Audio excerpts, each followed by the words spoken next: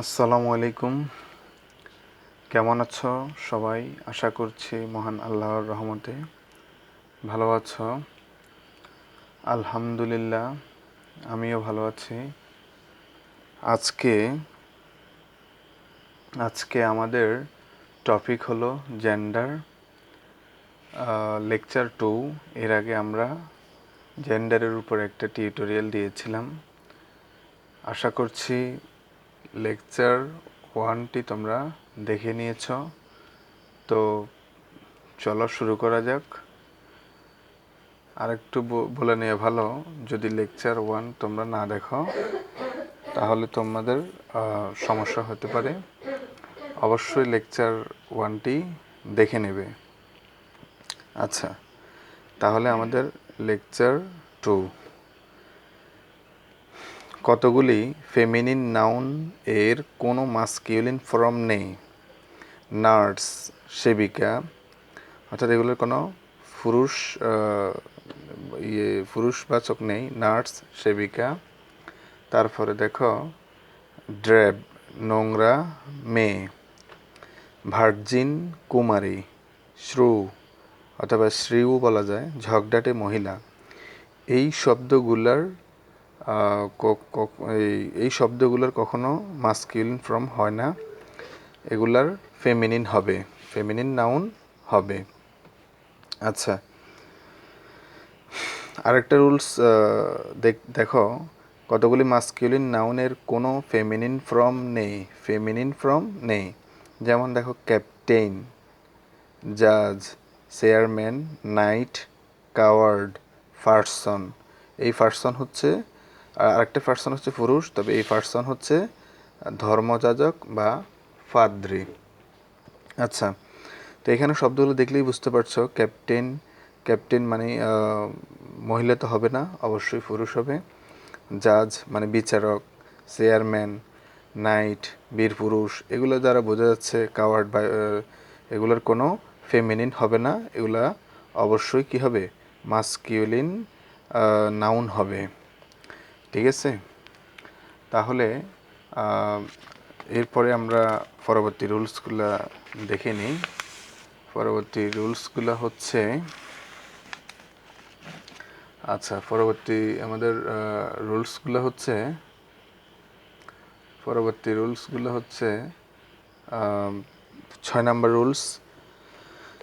Common gender রূপে যে সকল নাউন সর্বদা ব্যবহার করা হয়: deer, rat, sheep, ruler, bird, baby, infant, relation, enemy, cat, writer, student, person, child, lawyer, friend, parent, fig, monarch, spouse, parent, teacher. অর্থাৎ এই যে আমাদের এখানে যতগুলো শব্দ আছে, এগুলার স্ত্রী পুরুষ উভয়কেই নির্দেশ করবে।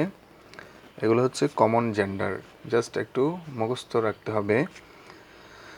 যেমন দেখো, ডিয়ার হরিণ, তো এখানে স্ত্রী হরিণ, পুরুষ হরিণও বোঝায়। র্যাট মানে ইঁদুর, শিপ ভেড়া, রুলার মানে শাসক বা বিচারকর্তা, তো এখানে মাস্কিউলিনও বোঝাবে, ফেমিনিনও বোঝাবে।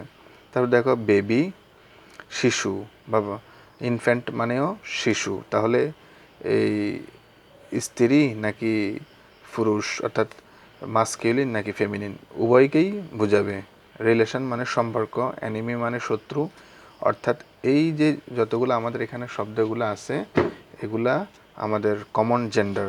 ঠিক আছে, তো এখানে উভয়কেই বোঝাবে, মাস্কিউলিনও বোঝাবে, আবার ফেমিনিনও বোঝাবে। মাস্কিউলিনও বোঝাবে, আবার ফেমিনিনও বোঝাবে। ঠিক আছে, আচ্ছা, তাহলে আমরা বুঝতে পারলাম ইনশাল্লাহ যে কমন জেন্ডার রূপে কিছু শব্দ আছে যেগুলা মাস্কিউলিন এবং ফেমিনিন উভয়ই হতে পারে। আচ্ছা, তারপরে দেখো 7 নং রুলসটা দেখো। অচেতন পদার্থ কি, অর্থাৎ যাদের কোনো প্রাণ নেই, জড়বস্তু, ব্যক্তিরূপে যদি কল্পনা করা হয়, তারা মাস্কিউলিন ফেমিনিন উভয় হতে পারে। অ্যাঙ্গার, ক্রোধ বা রাগ, ফিয়ার, ভয়, লাভ, ভালোবাসার, টাইম, সময়, সান, উইন্টার, থান্ডার। এই শব্দগুলা যদি একটু খেয়াল করো নোটটা, তেজ, শক্তি, অর্থাৎ সানের কি থাকে, তেজ থাকে, উইন্টার শক্তি, পুরুষের, অর্থাৎ এই শব্দগুলো যদি পুরুষের ন্যায় গুণ আছে বলে মনে হলে ওইগুলো অবশ্যই মাস্কিউলিন জেন্ডার। তাহলে এখানে কি বোঝা যাচ্ছে, পুরুষের ন্যায়, অর্থাৎ পুরুষের যেরকম মেজাজ গরম থাকে, স্ট্রং থাকে তাদের বডি স্ট্রাকচার, এই শব্দগুলো দ্বারা পুরুষের মতো যদি আচরণ করে তাহলে তাকে আমরা মাস্কিউলিন জেন্ডার বলবো। ঠিক আছে, মাস্কিউলিন জেন্ডার বলবো। তাহলে এগুলোর প্রোনাউন হিসেবে আমরা হি অথবা ইট ব্যবহার করতে পারি। ঠিক আছে, আরেকটা রুলস দেখো, 7 নাম্বার, অচেতন পদার্থকে সৌন্দর্য, নমনীয়তা, নারী সুলভ গুণ বোঝালে ফেমিনিন হিসেবে ধরা হয়। যেমন দেখো, পিচ শান্তি, নেচার প্রকৃতি, আর্থ পৃথিবী, মুন হোপ, মার্সি দয়া, ট্রুথ, নাইট লিবার্টি স্বাধীনতা, তারপর মডেস্টি ভদ্রতা, সৌজন্যতা, রিলিজিয়ান ধর্ম, মস্ক মসজিদ। এই শব্দগুলো দ্বারা আমরা বুঝতে পারছি এগুলার ভিতরে সৌন্দর্য, নমনীয়তা, অর্থাৎ সব একটা নারী সুলভ গুণ বোঝাচ্ছে। যদি এরকম হয় তাহলে এগুলাকে কি বলবে, এই শব্দগুলোকে ফেমিনিন হিসেবে ধরা হবে, এই শব্দগুলা ফেমিনিন হবে। তো এগুলার প্রোনাউন হিসেবে শি অথবা ইট ব্যবহার করতে পারবো।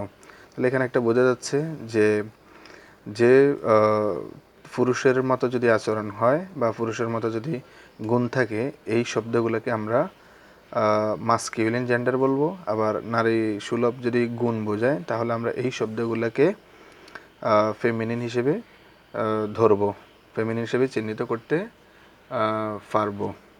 আরেকটা এক্সাম্পল দেখো, আদার ফেমিনিন ওয়ার্ড, অর্থাৎ শিপ। শিপ মানে কি, যে কোনো জাহাজের নাম, ট্রেন, যে কোনো ট্রেনের নাম, কান্ট্রি, যে কোনো দেশের নাম, এগুলাকে আমরা ফেমিনিন হিসেবে চিহ্নিত করছি। এই শব্দগুলা ফেমিনিন, এগুলার প্রোনাউন হিসেবে শি হবে। তাহলে আমরা বুঝতে পারলাম যে আমরা আজকে লেকচার 2-তে জেন্ডার সম্পর্কে ইনশাল্লাহ যতটুকু পারলাম বোঝানোর চেষ্টা করলাম। আশা করছি তোমরা বুঝতে পেরেছ। এরপরও যারা বুঝতে পারো নাই তারা কমেন্ট করে জানাতে পারো তোমাদের সমস্যার কথা। ইনশাল্লাহ পরবর্তীতে আমরা বোঝানোর চেষ্টা করব। তো আজকে এই পর্যন্ত, ভালো থাকবে সবাই, আল্লাহ হাফেজ।